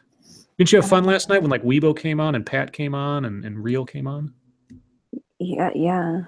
But okay, well, I mean, is it going to make you uncomfortable? No. Well, what's the problem? No, it's okay. Okay. Well, we don't have to. I mean, if you come up with a deep topic, we can talk about that for half an hour. I don't have a deep topic. You know, I don't have a deep topic. Sorry, that just sounded whiny. Don't laugh at me. It's not nice. Well, if I can't laugh at you, who can I laugh at? Yourself, goddammit. I laugh at myself all the time. Have you known me not to be self-deprecating in almost any instance I have an opportunity to be? Yes. When have I let my ego overtake my sense of humor about myself? Well, if you're going to say, just back it up. Did we come up with a euphemism for the stuff that comes out of smushed cookies? I think whoa. Wait a second. Are we at a state where you're so desperate to talk about something you are looking for a euphemism for female excretions? No. I mean, this is usually Monkey's territory or my territory, but now you're bringing it up. Chat. Oh, you're asking chat for this? Are you sure you want to do that? No, chat brought it up. They were like, chat brought it up. Thing? Oh, Chris Jones says yogurt. And Irate Prostate is asking, do you mean babies? Things that come out of the snoochadoodle? No, not babies. Not babies. You see that says euphemism, SDA. Yeah, quote mining all over the place. Flair Fritz says cunt sludge. Fernandez says Scribe Light, you need 4 more. Am I at 1996 subs right now? Because I was pretty close to 2,000 today. Yes, as of right now, I have 1,996 subscribers. So I'm 4 away from 2,000. And thank you everybody who's subscribed. If you happen to be a new subscriber and listening right now, that'd be I appreciate it. Cookie crumbs. No, Kelvin. that implies that, like, it should be crummy. Well, I mean, if you wipe the wrong way and let it dry. Ew.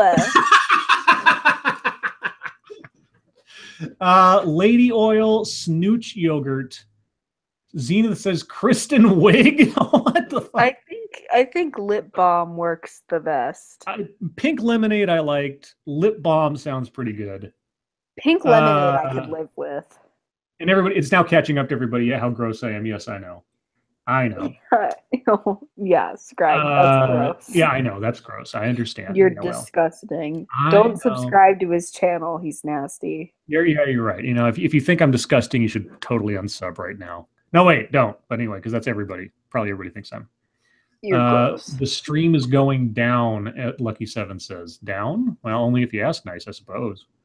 Ew. Love liquor. Don't says make promises I don't want to keep. What? Whoa, what? What? This took a weird turn. You know, this is going to turn like the old married couple stream pretty quick between you and I if we're not careful. Zena says Amy Schumer. No. Oh, God. Lady Liquid. Everybody subscribed. Everyone subscribed. Gash Goo, says Shady Grin. Oh, Lord. Well, look, like, you know what? You know what? Up. That is no chat brought it up. No. You could have ignored it. You could have ignored it. You could have talked about something else. Real quick though, that is totally what comes out of Amy Schumer. Gash goo. Oh, yuck. That is absolutely what happens with her. Well, since we're on tangentially that subject, we read the story the other day about the $11 million that Amy Schumer got paid for her Netflix special as compared to the 20+ million that Chris Rock and Dave Chappelle got paid. Right. And I went off kind of like, you got $11 million. What are you complaining about? And she apparently went back to Netflix and did get more money than the $11 million. I don't think it was ever specified. But today, Amy Schumer put out a message of her own in response to all this. I was going to read this with Clashing here, but he's done a video on it. Certainly go to his channel and listen to his take on it, but I'll read what happened today. Amy Schumer, quote, "I don't deserve equal pay to Chris Rock and Dave Chappelle." This is apparently what she said. Agree. Amy Schumer is clearing up some of the controversy about her salary. Variety published a story this week about gender pay inequality in Hollywood titled, "The Fight for Equal Pay, Women, Minorities on TV Still Making Less Than White Men." The article highlighted a deal that Schumer had with streaming giant Netflix. Quote, "Amy Schumer couldn't have been hotter as a personality." No, but anyway, when she set a deal last year to star in a comedy special for Netflix, The Leather Special, which premiered in March, the story said.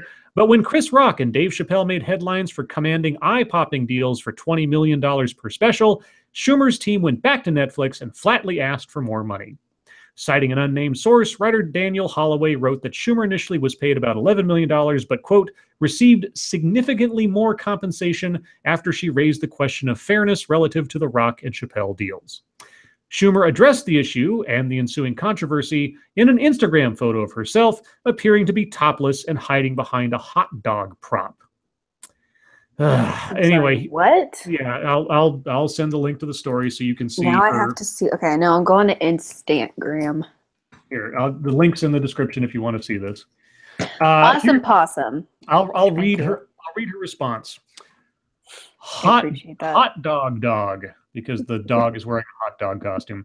"Thanks for chiming in on what you feel I deserve to be paid. I believe women deserve equal pay. However, I don't believe I deserve equal pay to Chris and Dave. They are legends and two of the greatest comics of all time. I would like to say that I have been selling out arenas these last couple years. Something a female comic has never done. That's a big deal to me, especially because I know I do my best every night on stage for the audience, and they have a good time. It depends on the night. Depends on the audience. I didn't ask for the same as my friends. I did ask for more than the initial offer. I will continue to work my ass off and be the best performer I can be. The reports of me demanding or insisting on equal pay to them aren't true. #fat, #steals jokes." Schumer admitted she did it. Yeah, okay. But so you did ask for more money from Netflix after the initial contract.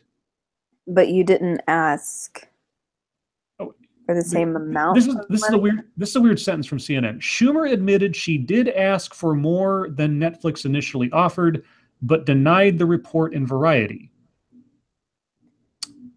The reports of me demanding or insisting on equal pay for them aren't true. Well, you went back and asked for more. I mean, that sounds like a demand. Well, she didn't demand like equal pay, just closer pay. On equal pay. Okay, so you didn't demand equal pay, but you may have demanded more money. Yeah, basically. Okay, well that's an interesting distinction. All right, thanks a lot. Yeah. Midnight in Exile says, technically true. Amy didn't ask for more. Her agent did.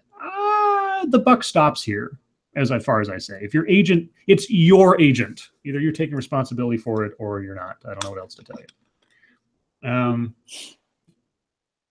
Okay. Well, we are about 10 minutes early, but as though we hadn't already basically done so. Chat, it is your time.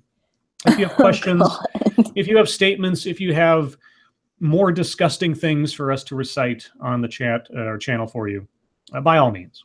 If you have any ad requests, send them in by please, or send them to me early tomorrow on, or actually, well, I should say, tweet them to me early on nights when it's my stream, and I will work to have them ready for you by the time the stream starts. It'll save everybody time, and I'll probably have more time to write something of more thought, let's say, than I can do in like the 3 or 4 minutes I usually do, which I do enjoy the challenge of coming up with something on the spot. But so questions, everybody, if you've got them for us. Uzi Q says Lena Dunham is a child molester. Well, yes. What's that question? Well, I know. I'm just reading it because it caught my eye. I thought it was about Amy Schumer for a second, because I think, isn't she and Lena Dunham friends or something? I don't know. Pincalo, Martin Scorsese is going to produce the Joker origin. Thoughts? As long as they base the Joker origin movie on the flashback scenes from the Killing Joke comic book, I have no problem. And Martin Scorsese is going to produce, but he's not directing.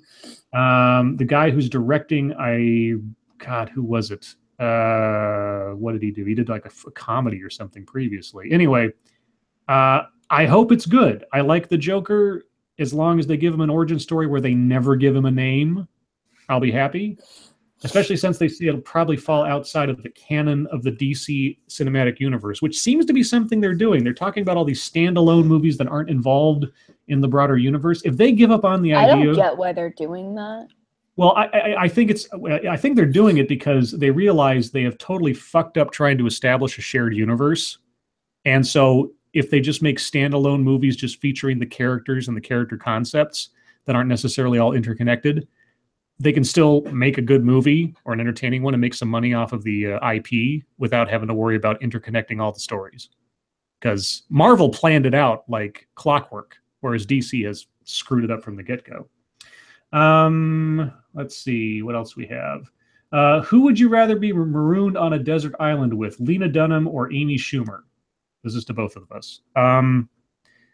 Probably Amy Schumer, because Lena Dunham creeps me out, and she seems crazy, like super crazy. Do you have a preference, SDA? What? Would you rather be marooned on an island with Lena Dunham or Amy Schumer? No. Okay. Faith is Abdication of Reason says, did Monkey get rabies off that bat he murdered? No, he's just overextended himself in the effort and had to take care of a active baby today, and so he's just down for the count. Arcani Aurelia says, Scribe Light, my boyfriend squeezes his pimples. Oh, God. Yuck. I'm not even going to read that. That's gross. That's gross even for me.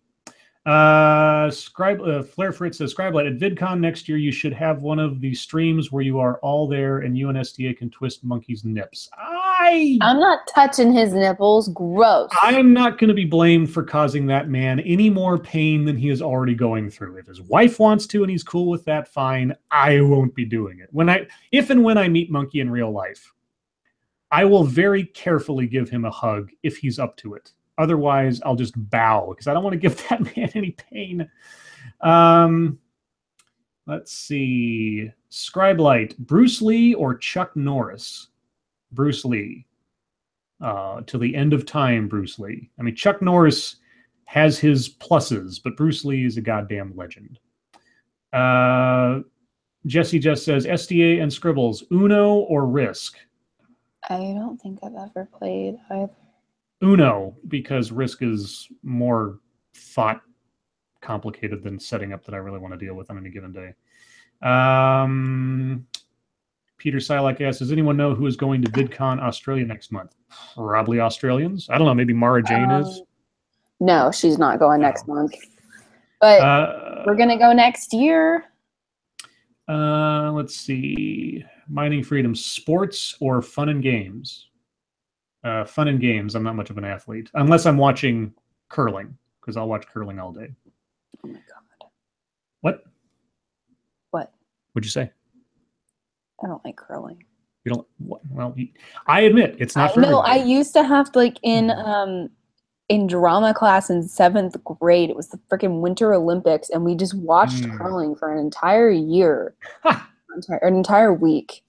Sorry, like hours of curling. I never want to see curling ever again.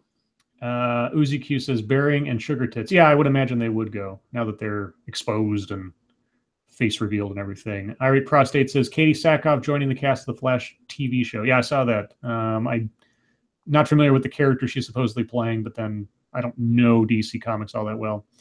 Skeptok says sugar tits or shoe on head, Scribe Light. You mean as far as just like overall appreciation? Probably sugar tits, because she puts out more than one video a year. Black or red? Which color do we like better? Black or red? Between those two, probably black, I guess. Yeah, I don't like red. I mean, my favorite color is like royal blue. Cobalt blue, right? Cobalt blue, yeah. Depending on what shade. I look really weird in red, actually. Shady Grin says, I have over 200 DVDs. Can you beat that number with your movie collection?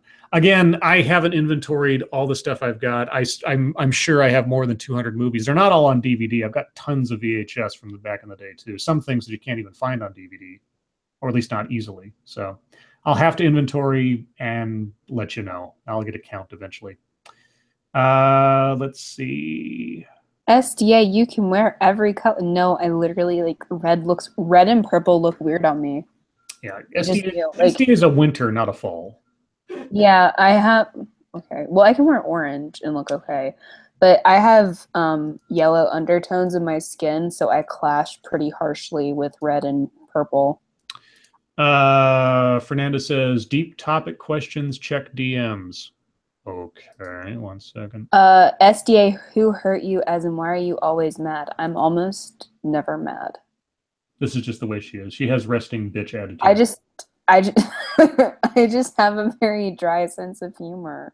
Scribelight, how many comic books do you own? Oh God. Well, let's see. I've got at least 5 comic book boxes that are supposedly meant to hold up to 300 comics, and each of those are mostly full. And then I have at least 2 boxes, like shipping type boxes, that have comics stacked in them up to the top. I've got a lot of comics. I don't know how many of them. I haven't inventoried the number of those either, so a lot. Have either of us read H.P. Lovecraft? I know he has. Yes, I've read a lot of H.P. Lovecraft. Cryptic, thank you. PMS jokes are funny, period. Ha ha ha. Disagree. Ha ha ha ha ha.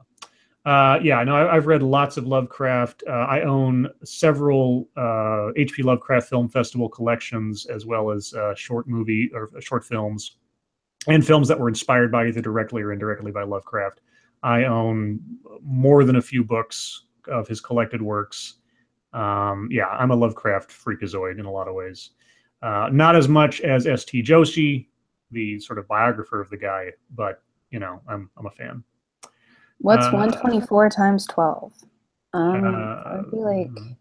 That was 1,040 plus... Hold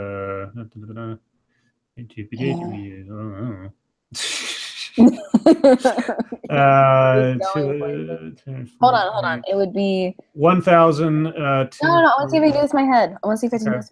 All right. So it would be. So that would Okay, it would be 248.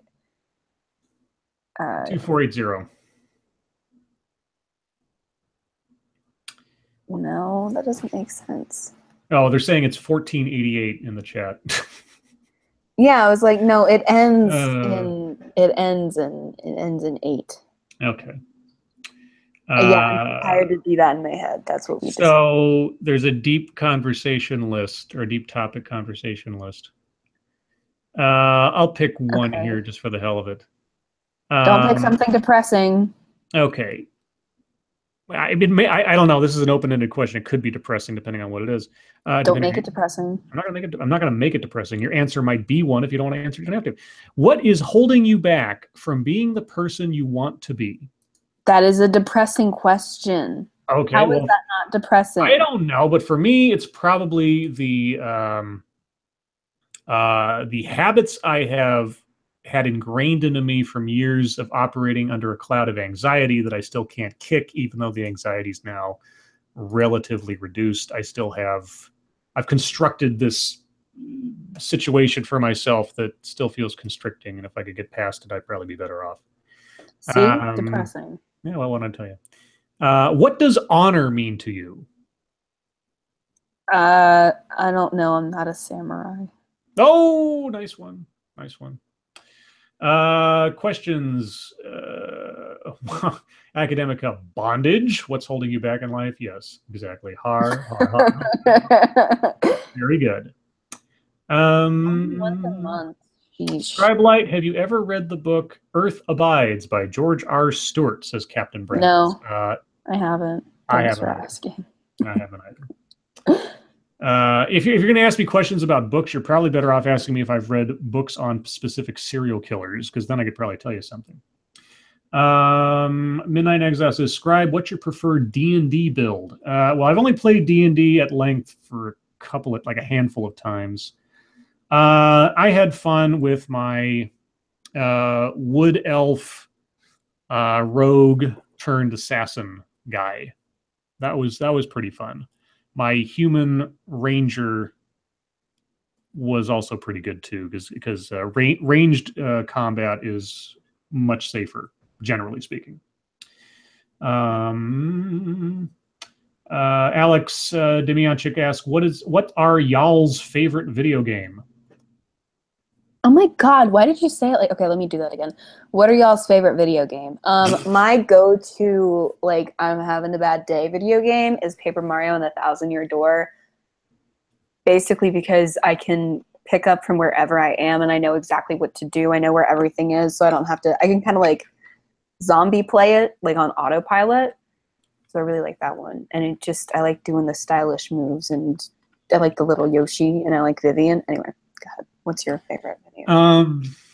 The ones I probably like the most are Vampire the Masquerade Redemption and Knights of the Old Republic, the original. Those are probably my two favorite. If we're talking old school stuff, probably Mega Man 2. Mega Man 2 was one of my favorite games growing up.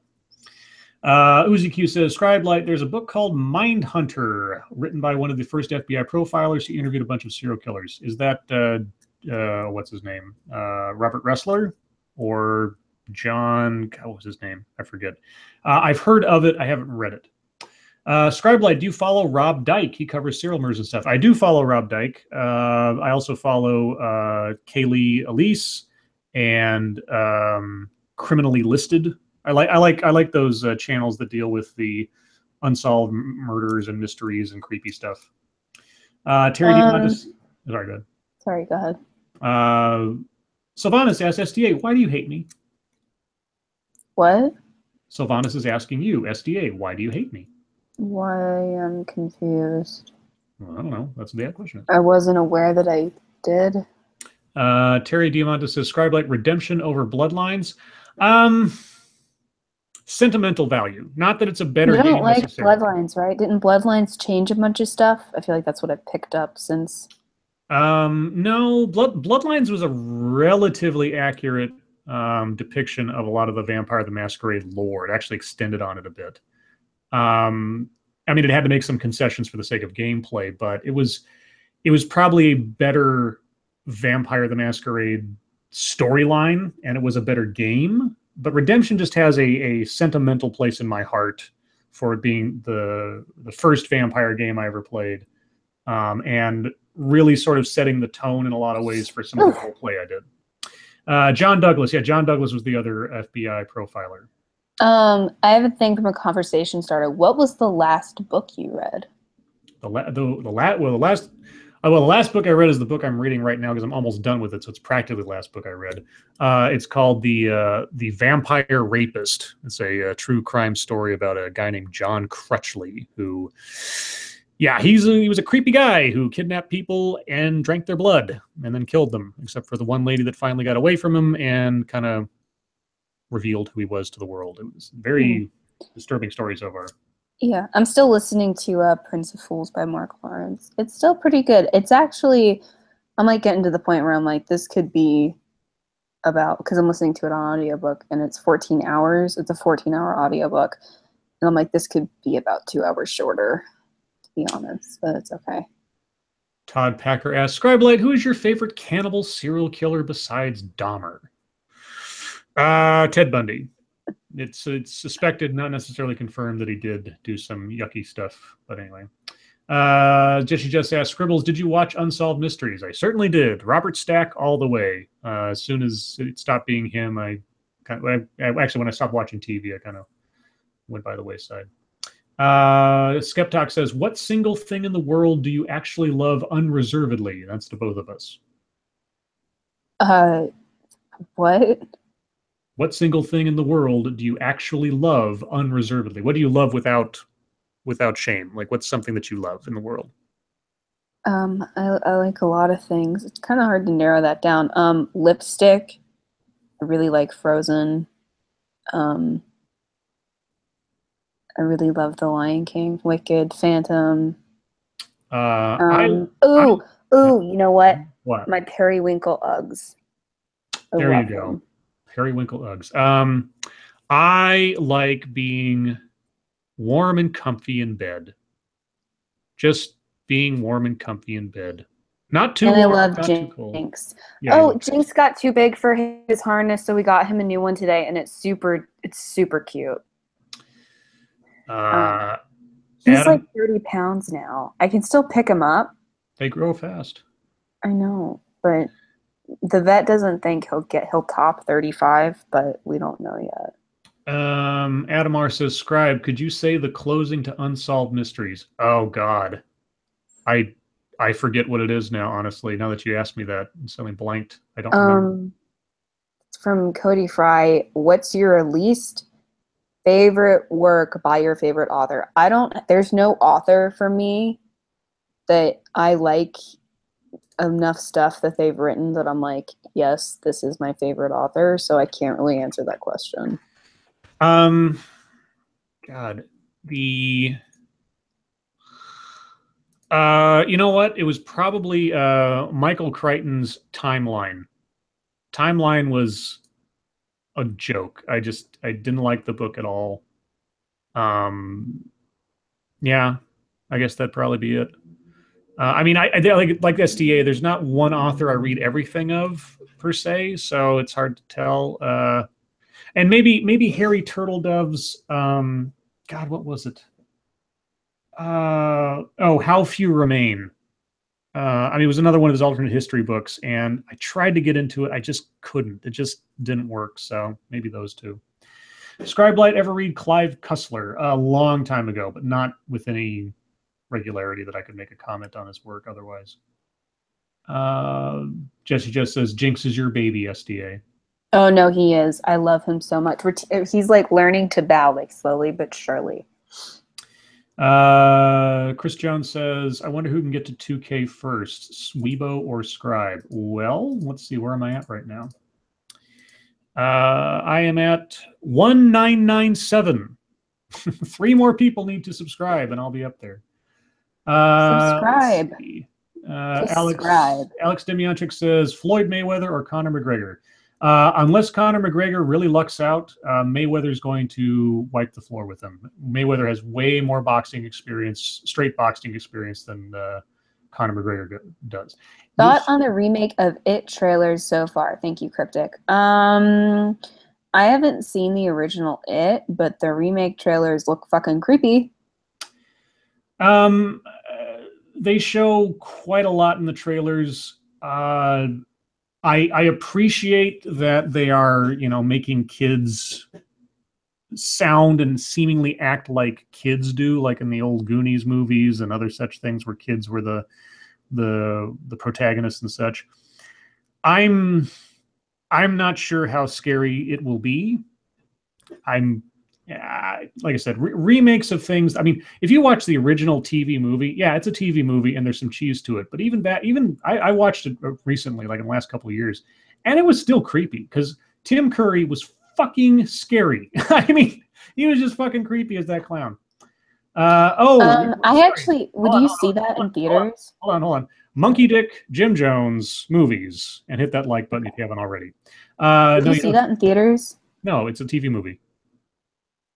Because I can't see horror movies in theaters. I don't know why, but horror movies in theaters freak me out. Like, I am genuinely just a ball of anxiety the entire time. At home, alone, in a dark room at 2:30 in the morning by myself, I'm fine. But like, you put me in a theater, I'm like freak. I don't know why that is, but I like panic. Oh, I'm at 2,003 subscribers. Yay! Holy cow, guys! Thank you so much. I will tweet that out right now. Holy cow! Thank you, guys.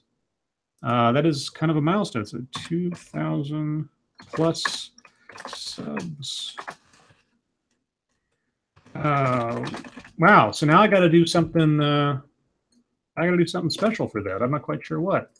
You don't gotta. I don't do stuff. I'm doing special for this milestone. They never do. It's a landmark for me. I mean, when I started this out, I was gratified to have 15 people that cared enough to regularly listen to my stuff. So 2,000 people. I mean, that's hell. I think that's more than I think that's more people than my high school had when I graduated. For crying out loud! So thank you so much, guys. More than mine did. Yeah, thank you so much. Face reveal? Not quite yet. I mean, by the time we get to VidCon, if I'm going to go out in public and stuff like that, it'll probably be around that time, but not quite yet.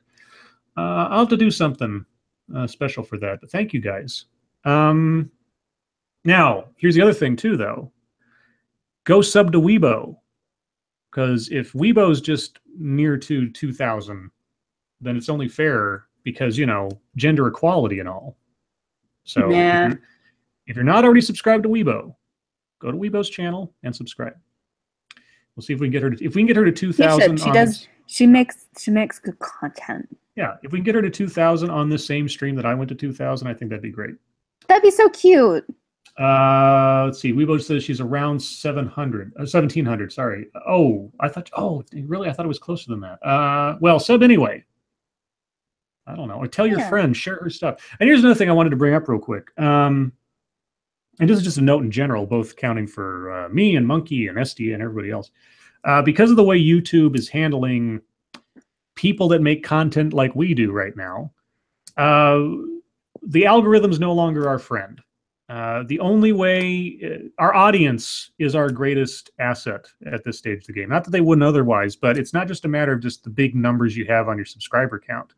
Our stuff is going to, if it hasn't already been, is going to be progressively, no pun intended, reduced in exposure to the rest of the world. So really the only way that there's any guarantee that other people will find out about any of the stuff that we do is if you guys share our stuff to other people, to people that don't know about us. And whoever it is, I'm not promoting myself specifically, but just, you know, whoever your favorite YouTuber is in this community, as it's called. Yeah, sharing is more important now than ever for just getting the word out. So if you haven't already been sharing stuff or liking the videos and having that show up on your Twitter feeds and that kind of thing, definitely do that. Make that a bigger habit than it might in the past, because it's more important now than it was previously. What was your favorite book as a child? My favorite book as a child? God, what was it called? Like, it was something like Little Rabbit buys his mother a birthday gift. That was the plot of it. The little rabbit child had to go buy his mom a birthday gift. And so he went and he asked all his friends, like his animal friends. It was a little reading book that I had when I learned to read with. And yeah, I still have that in a drawer somewhere. Mm-hmm. My favorite book as a small child was this one with a bunch of short stories about cats. I don't remember what it was called. But the first like chapter book I read was called The Doll People. I forget who it's by. And then it had a sequel, The Doll People 2. I didn't like the sequel. Alex Demyanchik says, Friday the 13th or Nightmare on Elm Street? Nightmare on Elm Street. I always liked Freddy much more than Jason because Freddy had a personality. Yeah, I agree. Terry Diamandis says, Scribe Light, no one on my Facebook list will listen to anything that contradicts SJW doctrine, and my entire Twitter list already watches this stream or is a spam bot. Okay, well, I'm saying, yeah, I can empathize with the Facebook stuff. Part of the reason I stopped using Facebook much is just the garbage that was being pumped out every day and the half facts and things and people playing virtue games with my friends and family and everything. I just was like, I'm done with it. Let's see. Some Dumb American. Doll People. That sounds like a good name for a horror. I think there might be. I know there's on the Valley of the Dolls is a different thing. I think Doll People or something like that might already be a horror movie. I don't think so. Thank you, Cryptic. Philly D released a video about YouTube deleting videos. I haven't watched it, but if true, you guys are in for more issues. Deleting videos. No, that was specifically because they were deleting coverage of the war in the Middle East. Oh, so violence and stuff. Yeah, like, and it is a bad thing that they're doing it, but it's not like they're deleting like Sargon's videos. Yet. Who knows?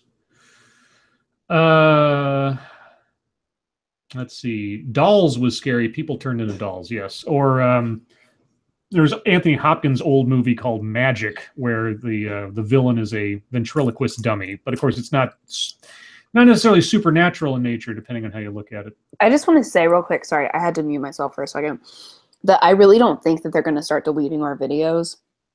I think we're okay. I think the major targets of all this is not us. I think it has a lot more to do with ISIS and jihadi videos than it does, like, I don't think they're like, you know what, we're going to do, fuck over Sargon. Like, I don't think that's the issue right now. I really don't. Yeah, I think it's stuff that could be either can be explicitly interpreted as propaganda for extremist regimes or organizations, or, I mean, if they set the thing to the point where it starts nuking just news stories or people talking about what's happening in the Middle East. Yeah, and they've already got people trying to correct this. And I understand that like the demonetization has hit a bunch of people with like the limited monetization. And I think we'll just have to ride that out. But I think we have to just wait for YouTube to not feel like it's having the rug pulled out from under them with their advertisers and stuff like that. And I think it's just going to take a little bit to blow over. But I think it's going to be fine. Dominus Kane asked, hey guys, I hope you're both well. In honor of this week's news involving Netflix and Amy Schumer, your favorite comedian? Probably George Carlin. Ooh. Yeah, like George Carlin. I enjoy some of Louis C.K. I like him too. Who else do I like? Greg Giraldo. He's passed away, but Greg Giraldo was great too. I like Gabriel Iglesias as well. Stargazer Knight says, did you know that Sargon's second channel on Twitter was suspended? No, I hadn't heard that. Oh, I thought that Sargon's second was up. I just saw it tweet. Yeah, I mean, I knew that the other day or last week it was temporarily suspended. I didn't think it was permanently gone. Jerika Togra says, Scribe Light, those piglets went out of the fire and into the frying pan. Ha, ha, ha, ha. That's not funny. Mining Freedom says, Scribe Light, they removed one video where I merely talked about Islamic terrorism during Ramadan, nothing else. Remember that. Oh, yeah, that's right. We removed it. Yeah, that's true. Let's see. Scribe did you ever read The Stand by Stephen King? Yes, I read the whole, and this from Alex Demyanchik. Yes, I read The Stand before I saw the TV movie. I love the book, even though I got the really long, unabridged version. So some of the stuff, I can't say that I read the entire book. There were some subplots that I didn't care about that I could easily just skip over because the chapters were easy to identify, but otherwise I love the story in the book. Terry Diamanda says, Greg Giraldo versus Dennis Leary on Tough Crowd was a thing of beauty. Yes, if you want to see two comedians go at it, and Dennis Leary get his ass kicked on air. Look up Greg Giraldo and Dennis Leary on Tough Crowd with Colin Quinn. It is epic, and it shows why Greg Giraldo had very little respect for Dennis Leary, and why Dennis Leary at that time probably deserved very little respect. Let's see. Oh, I just missed something. Cody Fry says, I had a question for you both, but I forgot what it was. Oh, okay. Well, that's not helpful. Yeah, it doesn't help us at all. Let's see. Dark Alile says, the biggest issue comes down to them having to use machine learning to even attempt to do anything. As a result, they likely don't even know what the algorithm is at this point. Are you talking about like Google or sorry, YouTube? I could be. It's run amok in some places, but I have a feeling they have a pretty good idea of how it works. It's just that there's not a perfect way to make it work because you can't trust a computer. Are you a very organized person? No. Yes, overall. But if you looked at the way that I tend to my surroundings, I'm kind of a slob. But in every other thing in my day, in my schedule and everything else, I'm very organized. I try. It just doesn't. It just doesn't work out. Did I watch Lost? I did watch Lost. And I don't like how it ended. The first couple of seasons I was into, and then I was like, I kind of stopped having fun with it. Did you watch Lost, Squibbles? Nope, didn't care for it. Okay. Bloodwind wants to know white or wheat bread. No, it says American white or wheat bread. Now, if you're trying to make a joke here, some dumb American, Scribe and some dumb American. No. Oh, because I was about to say, I thought he was trying to trick us into saying, like, do you like American white? Like we're trying to say we're white nationalists or something. No. Okay, white or wheat bread. My last name is American. Yeah, it's true. Yeah. My middle name is Dumb. Dumb is my middle name. You should totally use that as a line. Dumb is my middle name. I generally go for wheat on the suspicion that it's technically healthier. White. Yeah, racist. Wheat tastes weird. Let's see. And like, I don't slab mayo over everything. Okay, you know what? Today so my dad was about to make a sandwich, and he was like, and my mom was trying to help him find mayo, and she called me downstairs, and she was like, "Did you throw out the mayo?" I was like, "No." I was like, "Mom, yeah, right. Throwing out the mayo would have involved me touching it." So obviously, no, I didn't throw it. Lanny Stanfield says, Scribe said horror and it sounded like whore. No. I said whore and it sounded like horror. Just to confuse you. Nothing. Wheat tastes weird equals white supremacy confirmed. There you go. Fun fact, says Dark Delisle. Yeah. White bread was originally reserved for royalty. Which is probably why I naturally like it better. Yeah, American exceptionalism. That's why Wonder Bread I was meant to be a princess, awesome. So it's fine. Wheat lives matter. Thank you, Cody Fry. You're right. I disagree. Lives matter. Bat lives matter. Can I make a T-shirt that says #Bat Lives Matter? Scribe Light, Pacific Northwest accent. Well, I am in Victoria, BC, so that's kind of close-ish. You're actually Canadian? No, you're not. Well, I'm in Victoria, BC. That doesn't mean I am Canadian. The statement can be both true and false. Are you actually? You're not in the U.S.? Maybe. Maybe not. Maybe I'm in Victoria. I don't know. You're so confusing. Okay. SDA, could you pick up mayo if you had gloves on? No. Well, you could. You just obviously wouldn't. Not. No, I can't. Oh, you literally can't. Like it's kryptonite. No, I literally can't. I'm rendered like Midnight paralyzed by mayo. Scribe is an illegal immigrant. I am here legally. I am not an illegal immigrant. I am here legally. So you are legal. So you're an immigrant. Wherever I am here legally. You're so confused. Let's see. Scribe is a Canadian. Yeah. Scribe, have you ever seen Sasquatch? Seen a Sasquatch? Harry and the Hendersons is a great movie. SDA, why don't you like mayo? Why would I like mayo? Mayo's gross. The rare good girl virgins are ugly in horror.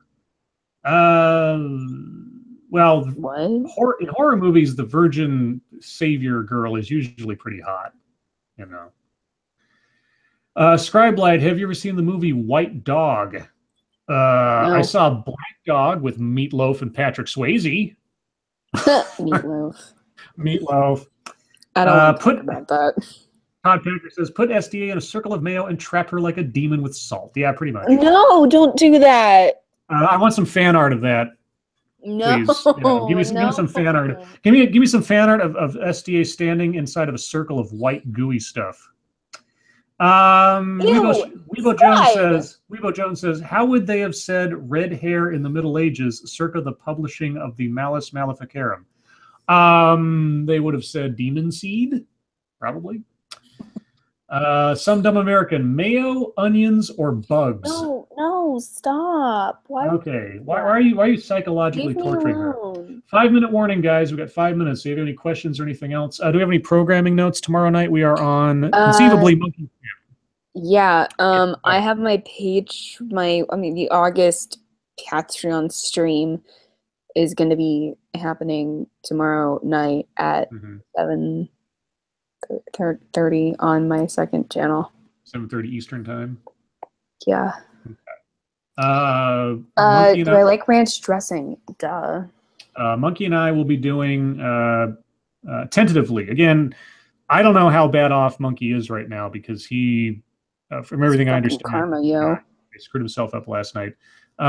So tentatively, Monkey and I will be doing a movie breakdown on Sunday at noon Pacific, 3 p.m. Eastern on the movie Running Scared from 1986, starring Billy Crystal and Gregory Hines. So if you have not already seen that movie and have a chance, watch it. If not, so Chris Jones asked, what is Patreon? Patreon is a way for you to financially support your favorite creators. It's a website. Yeah. It's like a passive Kickstarter. Let's put it that way. It's a passive Kickstarter for creators of stuff, whether it's videos or art or whatever. Suggestion for super chat donations, says Skeptalk. $1 per minute that SDA goes without whining. Oh, Jesus. You just made a real friend, Skeptalk. God.